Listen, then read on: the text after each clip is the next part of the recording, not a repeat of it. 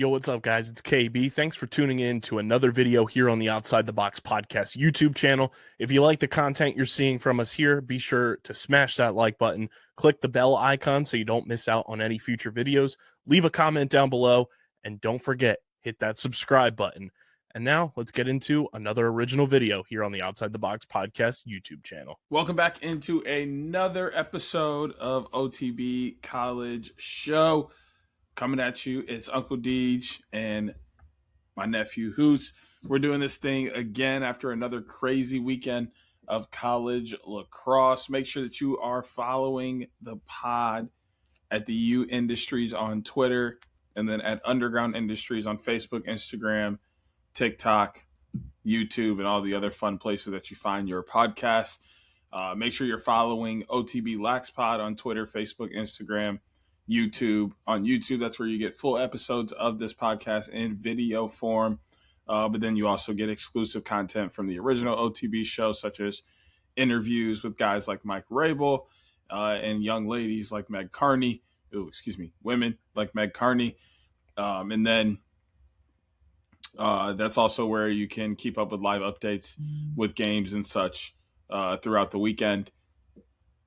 Make sure to follow my nephew across from me, Hoots Sport Media everywhere. Hoots Sport Media everywhere. Instagram, Twitter, Facebook, TikTok, YouTube, all those kind of places. That's where you can find him. You can find me on Instagram at Uncle Deej12, on Twitter at SCS_NextGreat, and all the other socials you can find amongst those two places.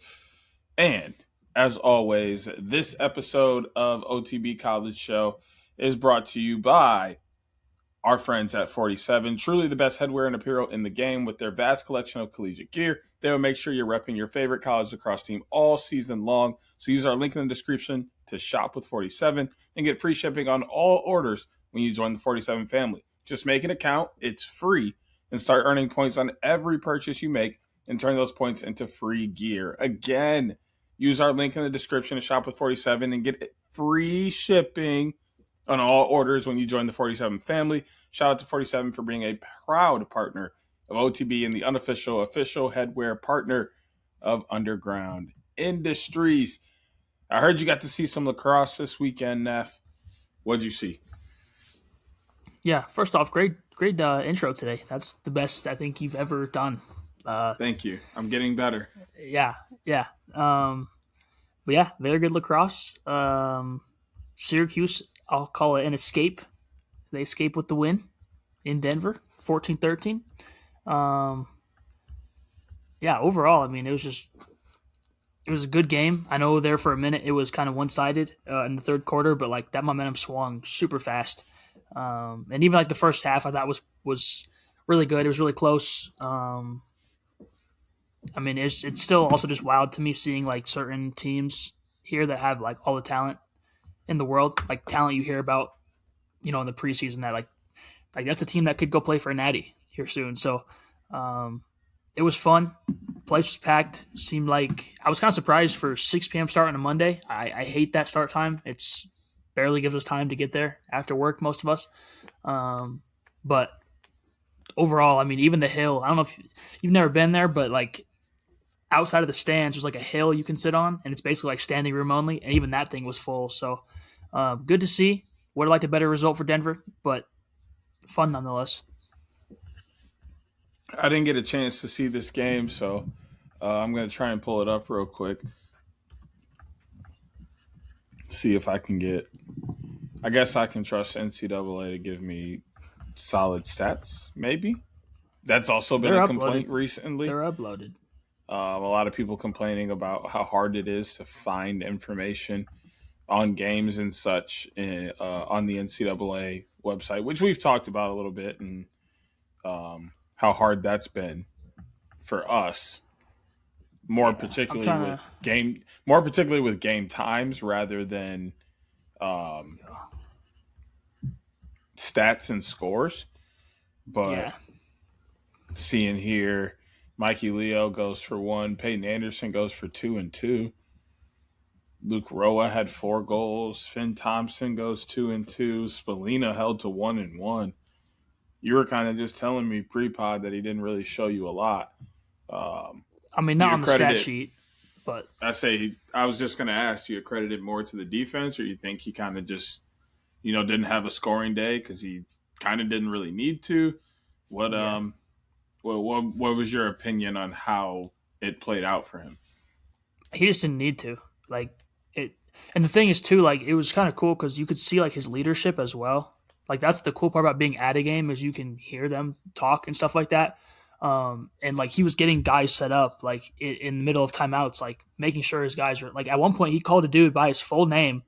I forget who it was, and he was like, "Do you know what you're doing right now? We got to execute." And that type of thing was kind of cool because even though he didn't have anything on the stat sheet at that point, it was he knows what he's supposed to do. He still handled the ball like normal. So it was just one of those things where it's he didn't need to because Luke Rowe was going crazy and Peyton Anderson I thought was awesome and Finn Thompson was great. So, he kind of didn't need to. I'll still give credit to the Piles defense. I thought in general they did okay. You don't want to ever give up 13 goals, I guess, but yeah, no, it's definitely nothing to do with him. It was more so just that wasn't his role in this game. And the one goal he scored broke a record, I believe, which I didn't realize at the time until after the fact. And I was like, oh, wow, his one goal was kind of monumental. So that was pretty cool. Wow. I also didn't know that. I've been so out of tune. I've been locked into basketball.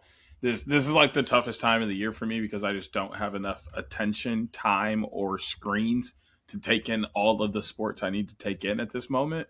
So I'd be losing track of all kind of stuff. I had no clue that he broke a record, but congratulations to the boy Joey Spallina. Yeah, would love to get him onto the show sometime soon. It put him past Ryan Powell for second all-time Syracuse points for the record. Yeah, we're gonna have to get him on the show sometime soon. So we'll be reaching out to the man behind the screen, pressing more buttons, KB, and get that in motion. Yep. Oh, and on top of that too, I don't know if you're moving off, but Joe, his dad was there. Mm-hmm. All right, good. His dad was there. Half of the Mammoth were there. JoJo Wardrummer was there. Malik Sparrow, I don't know if you remember him from Denver years ago. He was there. Eric Law on the broadcast. It was a pretty star-studded crowd as well. I mean, that's what you want from two teams like this. You want them to pull out their best game, but you also want, the crowd to come out and show out. Jimmy McCool had 10 saves, only let up 12. I mean, that's just enough. 12 ain't great to give up, but when your team can score 13, I guess it's okay. I mean, on the other side, though, this wasn't a game where Denver didn't show up. I mean, Cody Malawski continuing to do what he does. I mean, he had 3 goals. Does the guy pass the ball? Not literally, but you know what I mean? You look and it's he's a pure goal scorer, and it doesn't seem intentional at all. He definitely light up the net. You could just tell sometimes, especially, and maybe this is just because I started paying more attention to it, but it feels recently he's been trying to force the issue of just all right, I have to go get a shot off. There's times where he just bulldozes through people and shoots, even if it doesn't go in. He's doing that a couple times a game. I think just to get his shots up, but yeah, it is kind of funny when you see the stat sheet every week and it's 3 goals and no assists, but yeah, with 8 shots and 5 of them on net, yeah, that's great numbers. I mean, you got an assist from Watt Murr, Russell Overly, Joe Taraboletti. That's a name, Joe Taraboletti. Fire. Yeah. Oh my, I'm not even gonna try and say Merrick's last name. I know, I never do. I just say Merrick. But I don't know, but the dude can play. He had a goal and 2 assists. Roy Graham had a goal. So, I mean, they got contributions all around. Yeah. And, I mean, Grayson Manning was good in net as well. I mean, 13 saves, that should win you a lot of games. Yeah. But when you give up 13, it doesn't matter at the same time. So, well, and, one of them, too, they counted 13 against him. One of them, he was out of the net. It was a heave from midfield. Yeah, I saw that. So, I mean, it's, I know it goes against him still, but even that, technically he only gave up 12 himself. So,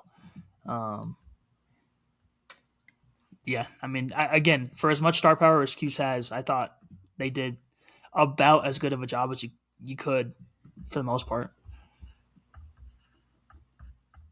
Yeah, I mean, this is after both of them played Thursday night. Denver was at Ohio State. Syracuse was at Air Force. Syracuse came out with a 6-point win. Ohio State ended up getting the best of Denver 6-4 in what was arguably a snooze fest. But I think that's just the style of play Ohio State has. And I think Denver's always kind of been comfortable playing in those kind of games too. Just they weren't able to score enough goals in that game to win. And I mean, that Ohio State defense might be the best defense in the country. So that's not an easy defense to score against at all.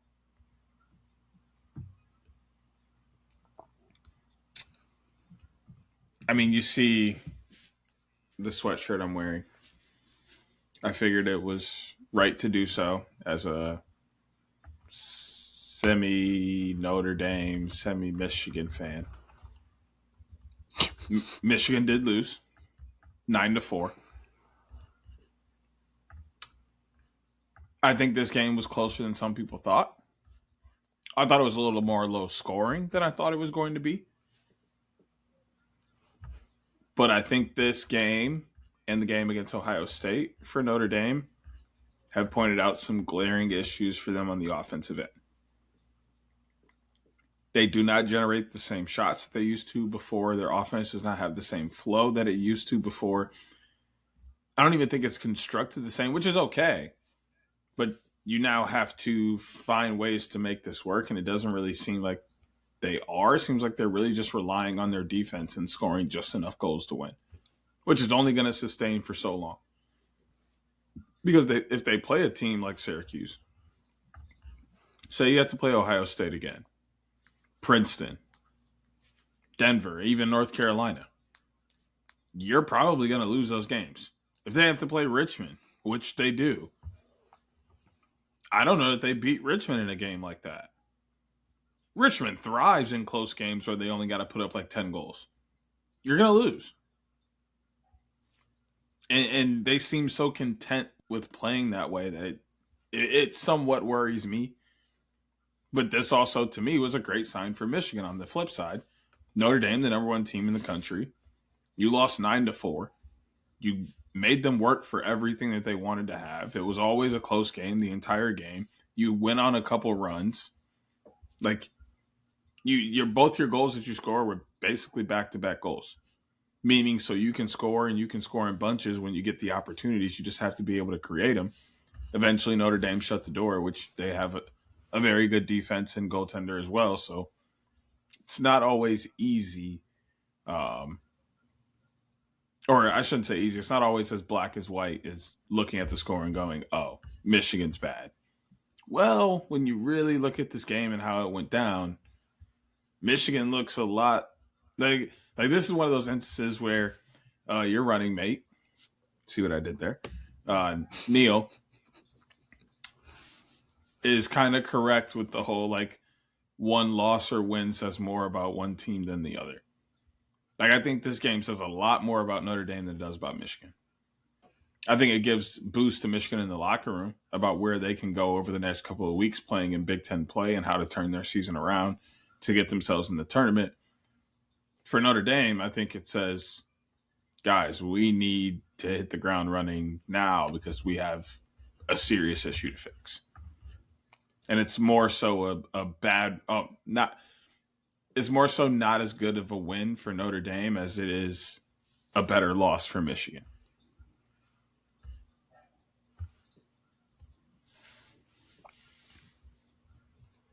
Yeah, I mean, I don't know.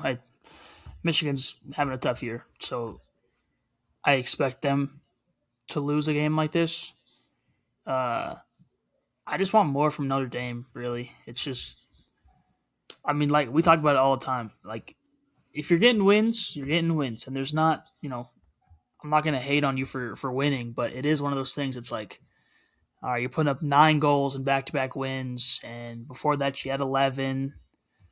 You had a couple big ones to start the year, but, like, at what point does a team come out and punch you in the mouth offensively, and now you can't put up more than 9 or 11 or you know what I'm saying? It's just like, to me, this was a spot for them to like actually have that happen.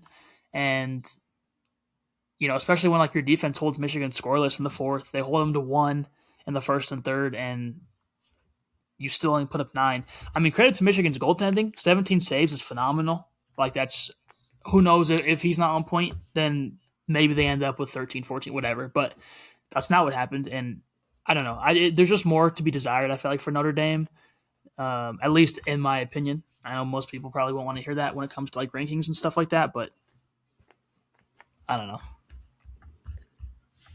Yeah, I mean, I agree 100%. I think you kind of hit it right on the nose. Like, there are a lot of good things that Michigan did that if they didn't quite turn out that way, it could be a totally different game. But at the end of the day, that's why games are played, and that's what happened.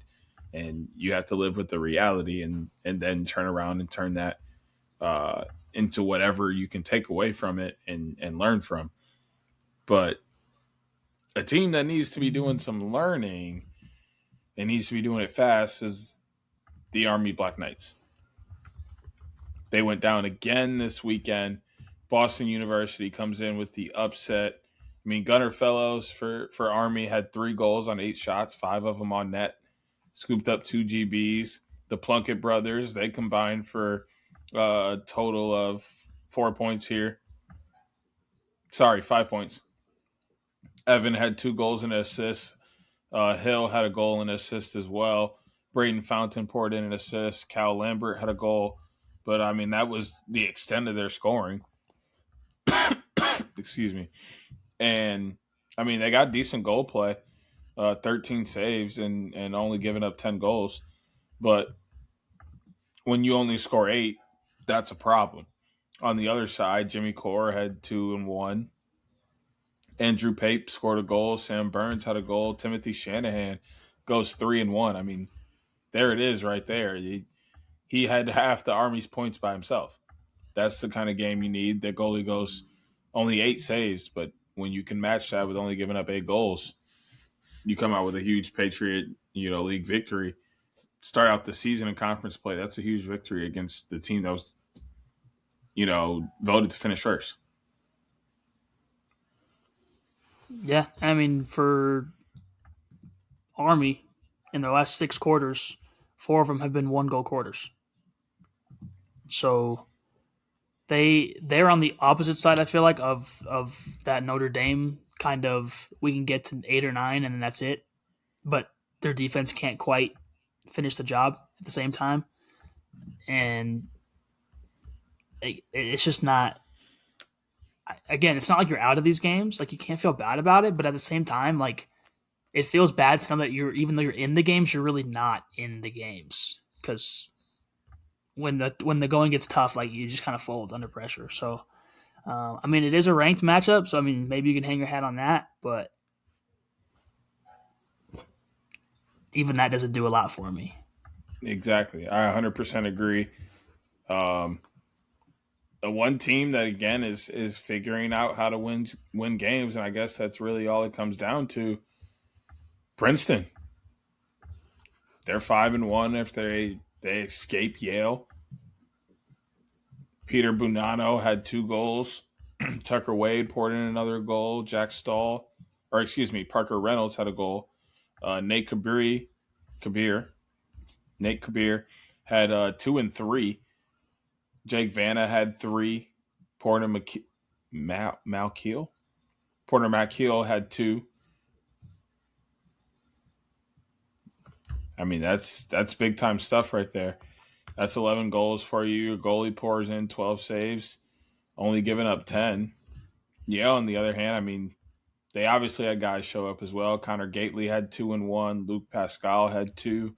Sean Gronin, Peter Monahan, Cole Cashin, David Anderson all poured in 1 as well. And a few other contributions. 11 saves, 11 goals given up. This was, as close of a game as could be. And it kind of just was one of those games where Princeton had one more bounce go their way than Yale did. Yeah, well, I mean, that first half was definitely better than the second for Princeton. You go into halftime 8-4, and all of a sudden the wheels kind of fell off there. starting in the third and definitely in the fourth. But they I mean, at the same time, they were up 2 with 14 seconds left when Yale scored that goal to bring them within 1. So at that point, it was all but over essentially. So the other thing I took away from this game was like very, very clean game. Like only one penalty, slashing penalty on Princeton. So I do like that. Probably letting the boys play a little bit. But yeah, I mean these and this is where like sure it doesn't feel or look great to only beat Yale by 1, but at the same time, good teams also find ways to win games. Syracuse just did this last night where like was it pretty the whole time? No. But at the end of the day, they got it done, and that's what matters when you're kind of championship or bust mentality is you have to find a way to win games that you need to win and that you probably should win, and also the ones that you can't or you're not expected to rather. So, I mean, 5-1 for them feels good. 1-0 conference play as well, starting off on the right foot. So, and you did this with getting 0 output from Chad Palumbo as well. So. Yeah, and another game that happened this weekend that many people were calling the mid-off, Virginia and Maryland. It basically maybe Maryland is figuring out how to win the games that they need to win. We know that that's, as you mentioned, a big thing in winning a national championship. This game, Ryan Dunkel had a goal. Truett Sunderland goes for 2-1. McCabe McMillan and Brendan McMillan combined for 6. A goal and 2 assists for McCabe, 2 goals and an assist for Brendan. Chase Bann and Ryan Colsey each had 2 goals to add to the tally. Joel Terenzi goes for a goal and assist. Ryan Hopper had a goal, 9 saves, 13 goals given up. Maryland, on the other hand, Stovall had 2 goals. Leo Johnson goes for 3-1. Zach Whittier had 2-1. Matt Hagens, a goal and 2 assists. Brennan Urksa, that's one thing. He's fast, but he also has vision like a Nighthawk. I mean, 1-4 in this game, leading all scorers with 5 points. Spencer Ford got on the board with a goal. Chris Lyons and Thomas Gravino and Aiden Aiken all had a goal as well. 14 saves, 12 goals given up. I mean, literally Maryland squeaks by in this game in triple overtime. Is this enough to say that maybe they have kind of figured some things out, or is this really kind of just solidifying that they're a middle-of-the-road team? No, I think they played Virginia. Which means what? And I don't mean any disrespect to Virginia. I mean, they find a way to win, which is a good thing.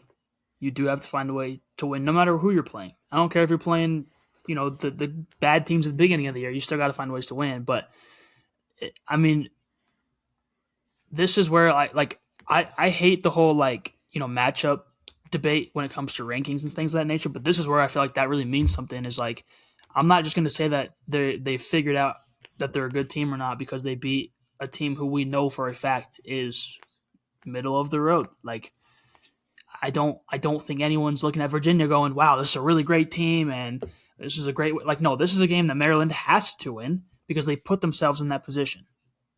And for them, this is only the start. Like they got to play much tougher competition, and they can't be going to triple overtime because I guarantee those other teams are not letting 2.5, 3 overtimes go by without scoring. So I'm not going to say I hate it because we just talked about finding ways to win games, and I do like that from them. But I just need to see it against a good team, especially when you were literally penciled in as the number 1 best team in the nation in the preseason. And they've just been anything but that. So I'm not now going to, flip on that and overreact and be like, well, maybe they're back because they haven't really shown that yet.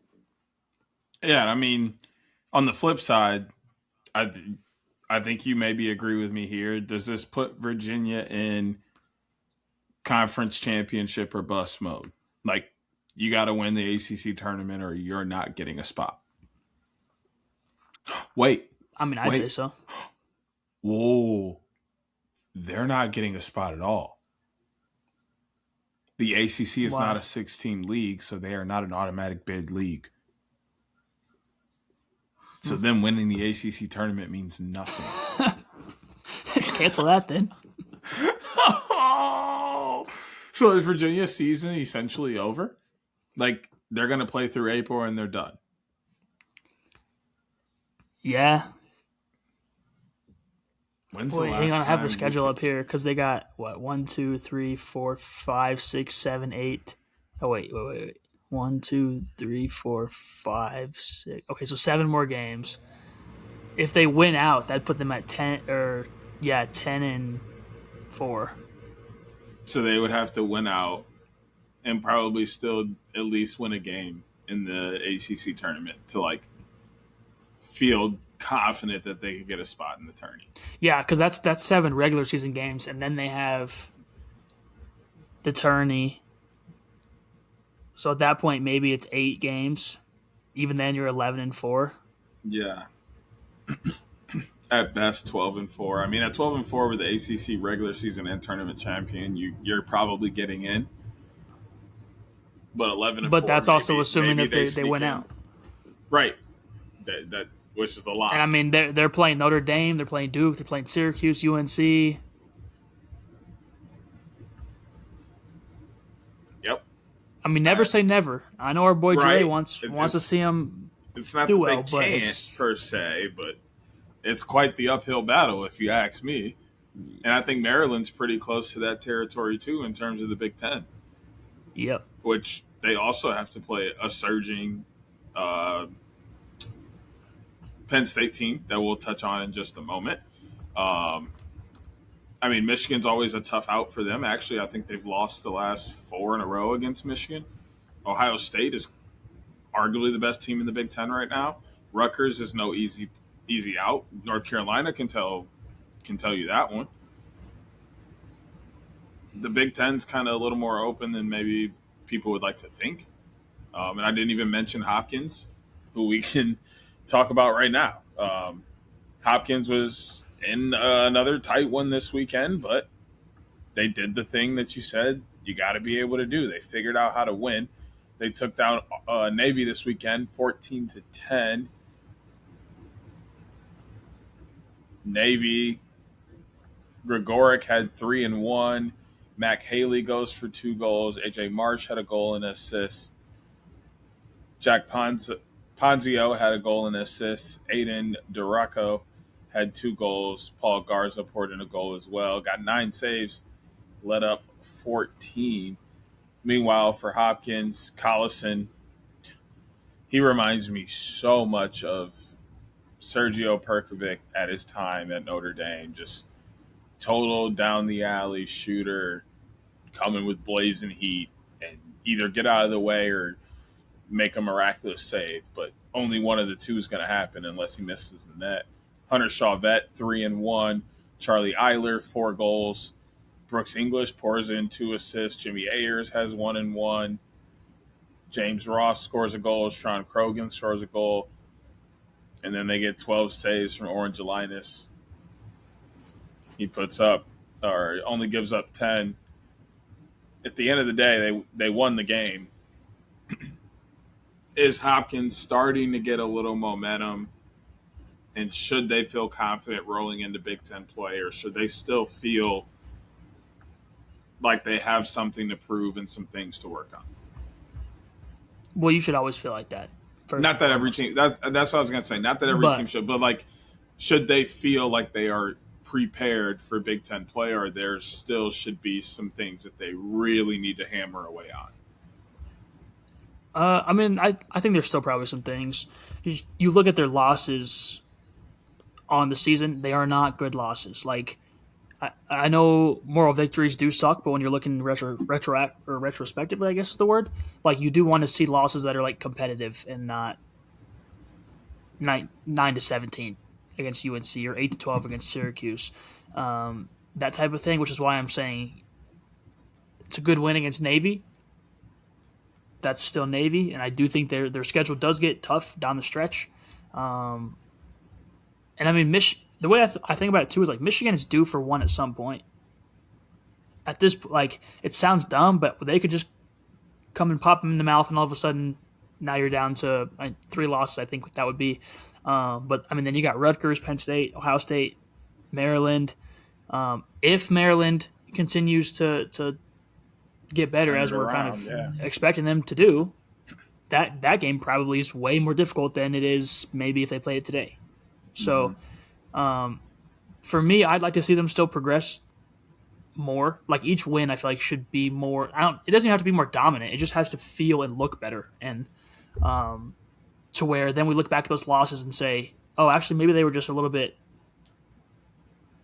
off that day, and it wasn't as much of a, oh, this is who they are when they play good competition. So, Right. but regardless, I mean, a win is a win. So, Some big wins. Duke, big over Providence, 21-5. High Point takes down UMass, 15-7. St. Joe's over St. Bonaventure, 24-6. Richmond over Delaware, 17-5. Cornell over Brown, 18-9. So some pretty big pretty big wins. Rutgers over Bellarmine, 21-8. Sacred Heart over Mount St. Mary, 17-9. Which, like, Sacred Heart 6-0, undefeated. Are we giving them the Miami of Ohio treatment? Are we saying if they go undefeated in the regular season, losing their conference tournament, they get in? Are we starting that torch right now? sure, why not? Because I'm totally fine with it. Y'all heard it here first. We are all the way on the Sacred Heart train. If they go undefeated in the regular season, happen to lose in their conference tournament, they get in, or we get sticks and pitchforks, and we go crazy with the torches. Because let them in, God damn it, let them in.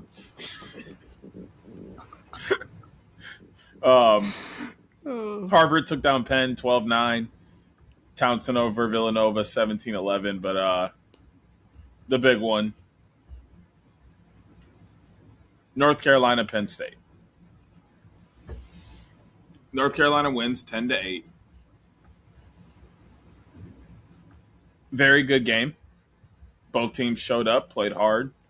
You could see the advantages and the disadvantages for both sides. You could see where teams had the momentum to pull away and just couldn't quite do it. Brevin Wilson has 2 goals. Mason Zuchek. Mason Zuchek had 2 goals. Owen Duffy, a goal and an assist. James Matan had two assists. Don Petramala had a goal. Anthony Rayo had three goals. Gary Murrow had a goal as well. 7 saves in the 8 goals that they gave up. Chase Robertson had 2 goals and assists from Kyle Lehman. 2 goals and assists from Andrew Beard. 2 goals from Jack Iantuno. Liam Matthews pours in a goal as well. John Jude Considine. That is a name. Oh, my. He had a goal as well. And then 8 saves, 10 goals given up. Like I said, very good game. Competitive. Both teams there, neck and neck. No one could really pull away for any extended period of time. Very seesaw-like battle game. But that is not why this was such a big game. I didn't pay the $16 to watch this game. I know you did not pay the $16 to watch this game. But we both heard a lot about how this game went from those people who did pay the $16 to watch this game. At one point, there was a booth review, I believe a coach's challenge, from Jeff Tambroni, believing that one of the North Carolina players had stepped in the crease before a goal, wanting it to get taken off the board.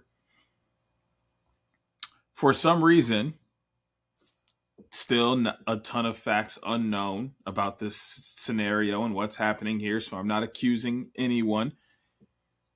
Allegedly,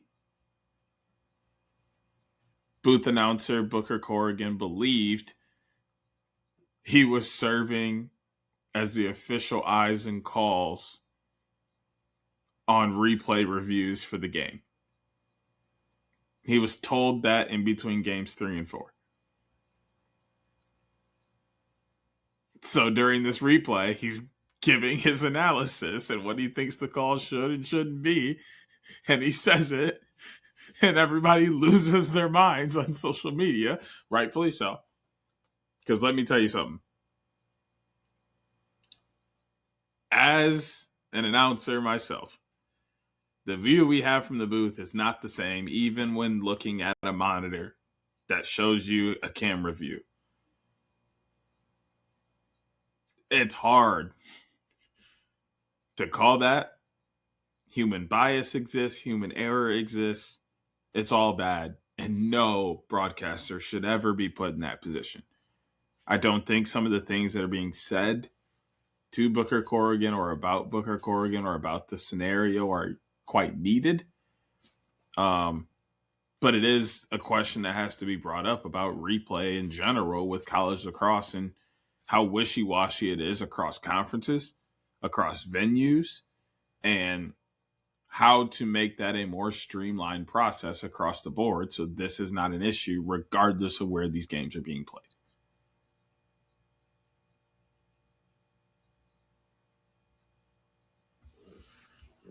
I have nothing to add. That's about.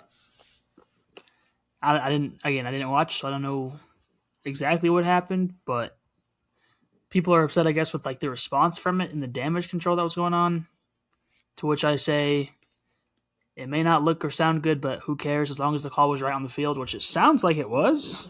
Yeah, from not to cut you off, but from a NCAA press release, they essentially said that was misinformation that Booker Corrigan had gotten, and that they had went about the proper protocol for review, which is having it down in the field. They're looking at it. They have a ref there and another official, and that official down there is the one that's making the call, not anyone in the booth. But yeah, a lot of people felt like it was a lot of damage control and such, and continue. Yeah. So, I mean, as long as they get it right, I don't really care. I did like some of the tweets that were coming out, though, kind of taking a jab at the situation afterwards. I know Eric Law jokingly said that he could maybe do some reviewing, coaching, or playing if needed, which was hilarious. I know the University of Denver lacrosse account made a joke about it as well. So that stuff was funny. As far as like when I opened Twitter that day and everyone was going off about it, I was like, what are you guys even like talking about? Like some very passionate tweets were going out, but yeah. You're not wrong about the level of passion behind those tweets. Pretty big week in D3. Maybe we'll take a quick bop here in the D2 land. Check on your boys. Did they play this week? Yeah, they did. 13-9 win on Friday. That brought them to 500. Are they putting it together? Are the boys going to pull it out? Let me double check to make sure they didn't play a back-to-back so I can celebrate that they're 500. Hang on. What is that? There's a lot of games Saturday. Now? Something like that. Let's see here. Double check today. Yeah, they're 5-5 right now. I mean, if this is a good time to put it together as you're about to roll into conference play. Dude, 17 saves from their goaltender. What a game.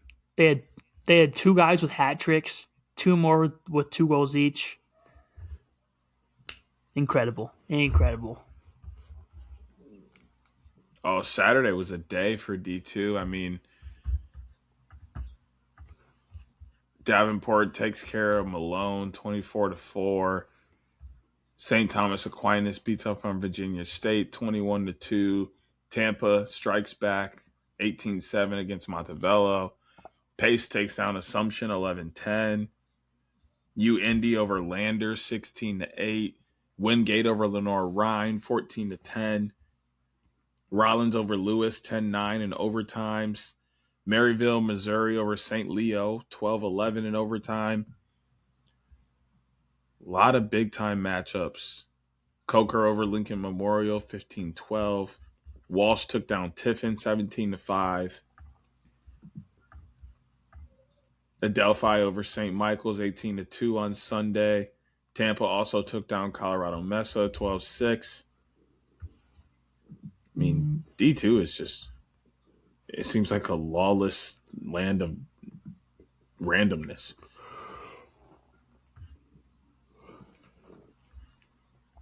But I mean, hey, like you said, your boys are they're 5-5. That's pretty good. That's pretty good from where they were. You are not wrong there. That is more than just pretty good of where they were.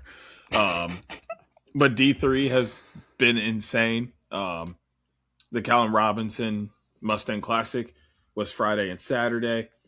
Dickinson over St. Lawrence 19-6. Lynchburg over Christopher Newport 22-21.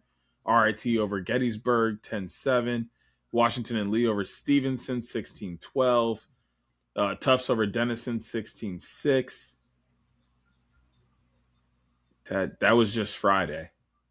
A lot of big time matchups, crazy victories, crazy wins.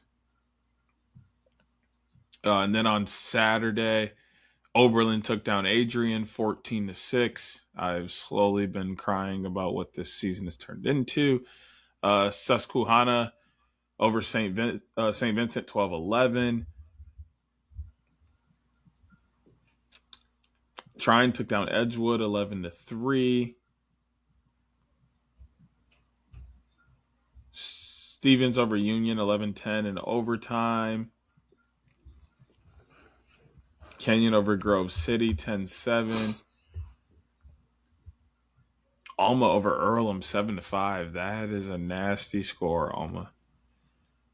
Ithaca took down Ohio Northern 10-6. Tufts over Christopher Newport 17-9. Gettysburg over Lynchburg 15-13. RIT over Washington and Lee 22-13. St. Lawrence over Stevenson 16-10. Cortland over Scranton 17-5. York over Ohio Wesleyan 18-12. A lot of blowouts. What happened this weekend? Concordia, Wisconsin over Carthage 13-7. The Centenary boys do it again. I got to look at these stats. Take a wild guess at what the score was. 26-4. Pretty close. 28-1. Oh. The one goal from Spalding came from Nicholas Guzman. Ethan Hewitt had 6 goals. Noah Walsh 4 goals, 7 assists. Gavin Farrington 2-1. Gamble Harville 8 goals, 13 shots, 11 of them on net. Cooper Harris. I'm not gonna lie. These dudes are putting up like box lacrosse numbers. Dude, this is insanity. How are you getting 7 assists in a field game? What? 8 goals, and you took 13 shots, and 11 of them were in the 6x6 frame. What is going on? Get them to D1. I've seen enough. Let's just get them all the way to the top. Hey, the automatic green light. That's so funny. That is insane to me. That is insane. They can't keep beating people like that. Hope beat Elmhurst 12-11 in overtime. My boy TJ picking up a dub with Dubuque over Carroll 12-8. That's huge. He was coaching at Albion as a assistant coach, and then also did Bandits work with me in the summer. So it's nice to see them 3-3 on the year, putting it together and getting better. Wishing him the continued success. And then Colorado College beat Calvin at 15-7. This weekend was a wild one. And that was just in the men's side of things. Touching in on the women's side quickly, did you happen to see anything pop out at you when you're looking through what happened over the women's side on the weekend? Yeah, I saw Denver 21-4 win on Friday over Stetson. Again, one of those things like why are we playing? But I'll take a big win. I'm still gonna ask NCAA to please put the rankings on your website so we can see what all the ranked matchups are. Yeah. Because it's very hard to talk about it when there's not the rankings there. But that's why I go to ESPN. That's what I need to do. I don't know why I waste my time with this website. I'd be bouncing back and forth because ESPN doesn't have the stats and stuff. Yeah, I don't know. But then ESPN has the rankings. It's so stupid. Yeah. Why can't we have both in the same place, please? Because lacrosse. Man, what did I say earlier before recording? NCAA and sense don't go together. I don't understand. And I just realized too, Stetson actually lost to Colorado on Sunday, 18-3. So they kind of did the reverse Syracuse here. 2 games out here and losing both. So that's tough. Syracuse started things off on Thursday, taking down Northwestern in another upset. They go 3-2-2-2 across 4 quarters for 9. And then they shut Northwestern out in the third quarter. Northwestern put up 2 apiece in the other 3. 9-6 victory for Syracuse. And then, as you mentioned, the big Denver win on Friday was the highlight there. Looking in at Saturday, I know there was a game or 2. The big one, though, was number 24 Army on the good side of winning history in the Patriot League. They took down the Loyola Greyhounds for the first time in program history. A huge upset for them as the 24th ranked team over 16. Poured in 7 in the first to kick things off. We're up 7-1. And then at halftime, it was 11-4. So they pretty much were able to cruise from there.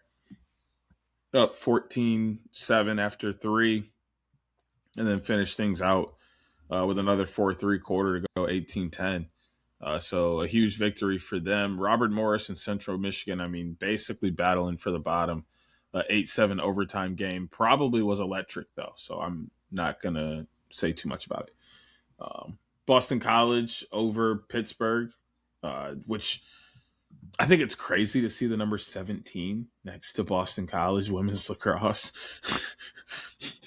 Is it crazy this year? Not really, because they've lost 4 games already and they're only 5-4. But just as long as I have even been remotely aware of what lacrosse is, Boston College has not been outside of the top 10. So seeing the number 17 there is just so jarring. Because it's is that right? Do they really? 17? Richmond women continue their success, 14-2 over Rhode Island. Clemson took down Virginia, winning another ranked matchup, 12-10. They go 2-4-1-5. They're 5-4 now, maintaining probably that top 10 ranking that they have at the moment. Stanford continues to cruise at that 2 seed, 9-0 now after taking down 12th ranked Notre Dame, 17-11. Poured in 6 the first quarter. They were up 6-0 after 1. Then it was 10-4 at half. Another 5 spot in the third quarter. So they were up 15-7 after 3. And then they were able to cruise and kind of just slow things down and pace to a 17-11 win. That was all really just on Saturday. Princeton sent down Princeton took down Penn State, handing Penn State their first loss of the year. Penn State's now 9-1. Princeton started the game up 5-2, and then it was 11-4 at half. And they didn't really look back, even though they only put up 3 goals in the second half. So a much better second half for Penn State, but just not enough there. John Hopkins beat Rutgers 15-12. Upset from Penn over Georgetown 10-11. As you mentioned, Colorado won big over Stetson. Michigan with the win over USC 15-11. Northwestern went down again. They lost to Ohio State this weekend as well. Ohio State improves to 6-2 now. 5-6 after one. Northwestern was up 6-5. And then at halftime, it was 10-9, still in favor of Northwestern. And then Northwestern still up 1, 13-12 after 3. It was the fourth quarter where Ohio State really turned the tide. Ended up winning that quarter 4-2 to take the victory. That's got to be a tough one for Northwestern as they continue to lose games and slide down the pole. But, that was a big weekend on both sides of the men's and women's for college lacrosse.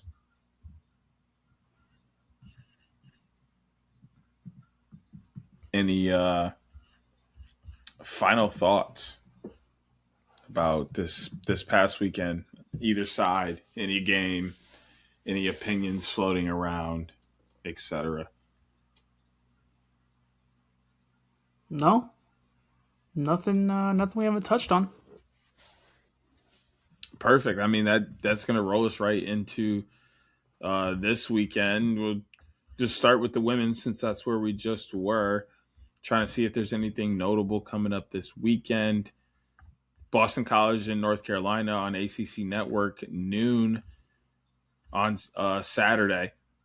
North Carolina going to look to continue to be dominant at that one spot in the country. Boston College is going to try and get back on the hop as they move back up just one rung on that ranking ladder after a win last week. Another ranked matchup for Clemson. They take on Pittsburgh. Pittsburgh just barely stays in the rankings at 25. This game is on ACC Extra at 1 p.m.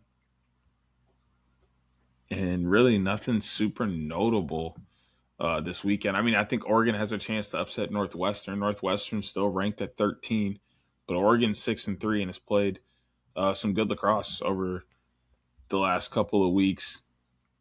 Michigan and Penn State on Sunday, Big Ten Plus. That's an 8-21 matchup. Ohio State 24 playing 7. John Hopkins, ESPNU on at noon on Sunday. So those are the two big games there. USC, who's 6-4, could give Maryland a run. Maryland's number 3 in the country at 8-0, so they're kind of on the brink of their first possible loss as conference play gets going there. But nothing really in the middle of the week for them either. Well, nothing notable in the middle of next week for them. Anything that I might have missed that pops out at you about the women's slate? Did you mention UNC Boston College? Yes. All right. That's what I was going to point out, but I wasn't sure if I heard you say it or not. So yeah, that was the one I swung by for sure, because that's a big one for. Not only is it viewable for most people through the ESPN app, but it also has some pretty serious implications. Gonna see what's popping in D3 this week. RIT and St. John Fisher on Wednesday. Oberlin and Albion. Baldwin Wallace and Adrian. Trine and Hanover. That's one thing I do love about D3 ball. They play in the middle of the week for sure. Salisbury and Colorado College.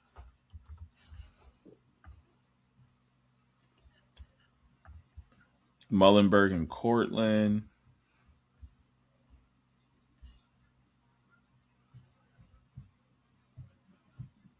All right, let's get to the Friday games. Trine, oh my. Trine and Centenary are going to play. I wish I didn't have practice Friday. I would drive down there and see it. I might convince my team to go down there and watch that game. I don't think that's going to take much convincing. No, I'm going to just ask the school if the vans are available for us to take, and then we're just going to go.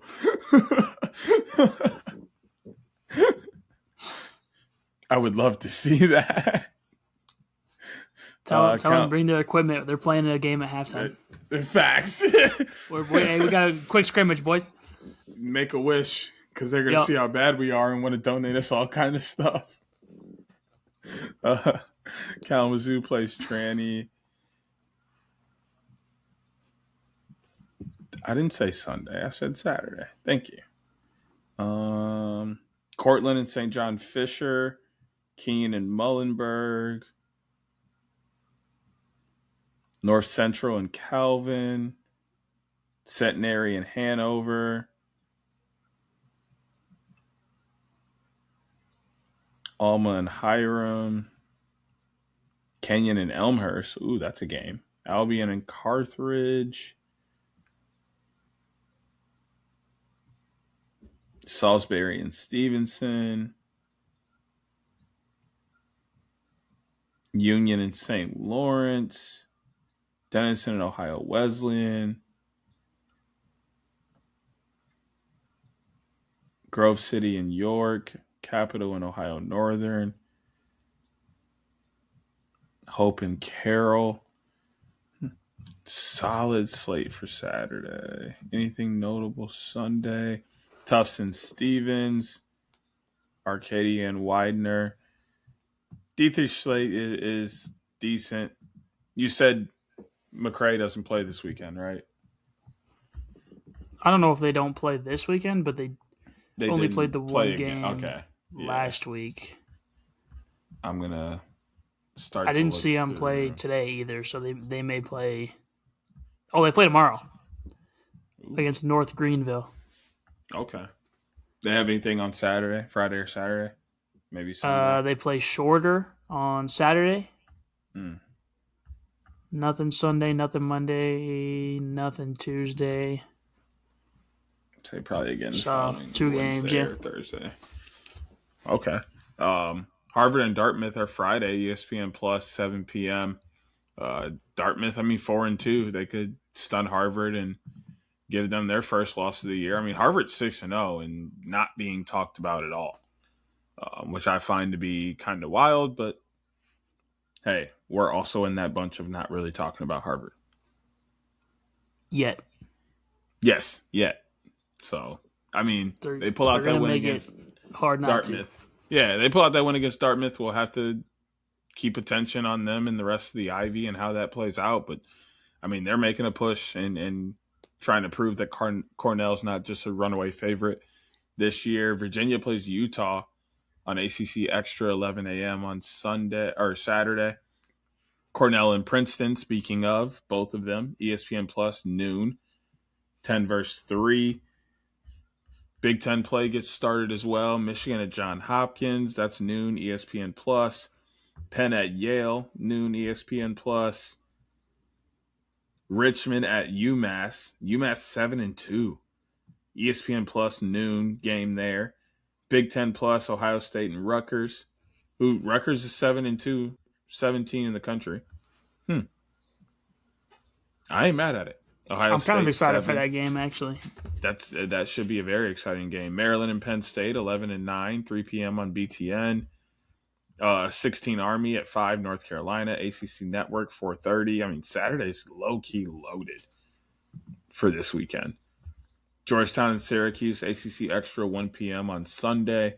And then Duke and Denver, ACC Extra, 1 p.m. On Sunday as well. And then Dartmouth plays Virginia Monday night, 7 p.m. ACC Network. Harvard Boston on Tuesday, ESPN Plus, 7 p.m. Next week is insane. This weekend's going to be bonkers once again for college lacrosse. anything I might have glossed over in some of these other potential conference games that I didn't mark as a big deal?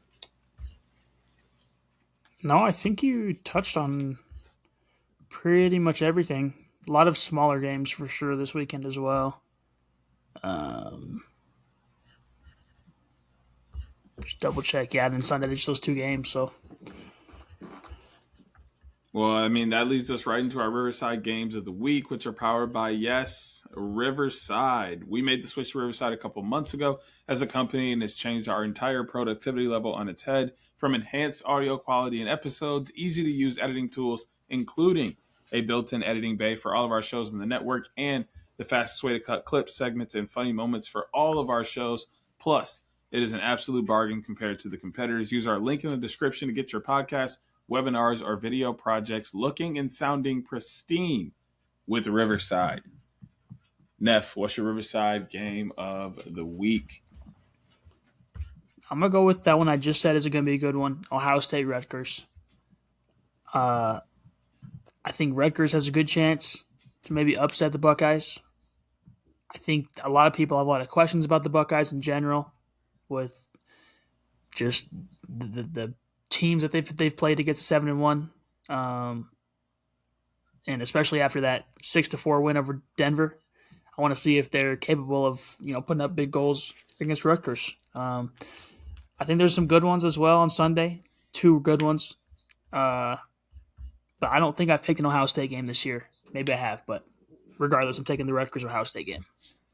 I like that game a lot. I have 4 different ones this week, all for different reasons. Cornell and Princeton, I think it's a great chance for Princeton to kind of separate themselves within the Ivy League, and then also kind of prove if they're truly that much better than Cornell. But also Cornell could maybe give some validity to some of these teams that have beaten Cornell, and teams and other people are saying that's not that good of a win. Depending on how this game plays out, it changes narratives for not only these 2 teams, but for other teams as well. Michigan, John Hopkins. Michigan has also fared kind of well against John Hopkins recently. If they can get a win here to start off Big Ten play, it might just be the mojo that they need after having, quite frankly, a tough non-conference run. Their strength of schedule isn't terrible. It's actually quite good, and that pays off and benefits in other ways sometimes. Richmond and UMass, I think this is a sneaky game for Richmond, one that they could possibly be overlooking, and is one that could sneak up on them. As I mentioned, UMass is 7-2, and they're 7-2 for a reason. Sure, they're not playing the top teams in the country, but you still got to go out and beat who's across from you, and they're doing it in every way possible. So that could be a game that people should have their eye on.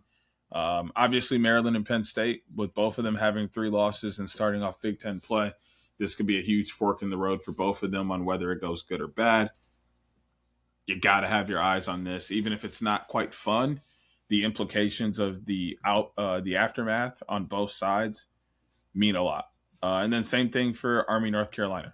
North Carolina can really start to have some good mojo heading into ACC play, feel really strong about themselves, and feel like they're the best team in the conference. Or this is a great chance for Navy to bounce back after having 2 losses in a row, or 2 losses recently, and maybe to competition that they feel are inferior, and how they're able to bounce back, especially with a huge win over a team like North Carolina. So those are our Riverside picks of the week. Make sure you are following and subscribed to the podcast at the U Industries on Twitter, and at the Underground Industries on Instagram, Twitter, Facebook. Not Twitter, sorry. Instagram, Facebook, TikTok, YouTube, and wherever you find your podcasts. Don't forget to follow my nephew across from me at Hoots Sport Media everywhere. You can find me on Instagram at Uncle Deej12. Find me on Twitter, SES_NextGreat. You can find all the rest of my socials on those platforms. And don't forget, subscribe and follow OTB LacPod on Twitter, Instagram, Facebook, anywhere you find your podcast, and on YouTube, where you get full video episodes of this podcast and exclusive content like interviews with people like Blaze Reardon, Austin Kaut, Shane Knobloch, and others. This has been another episode of OTB College. We've done the thing after they did the thing out on the field. We'll be back to you again next week. breaking down more of what happened in the college world and giving you a preview of what's going to be coming up. Oh, almost forgot. Before we get out of here for real, where are you going to be this weekend? Just the Mammoth game this week. You got a college. bye week. Yeah, I mean, technically, I think the women's team plays at noon that day. That I could probably make. We'll see on that one. I have to double check what time I have to be at the stadium, but Pending. We'll see. Pending 2, 1 for sure. Yes, for sure 1. That is it. We are peacing on out of here, and we'll be back next week with more OTB College. Peace.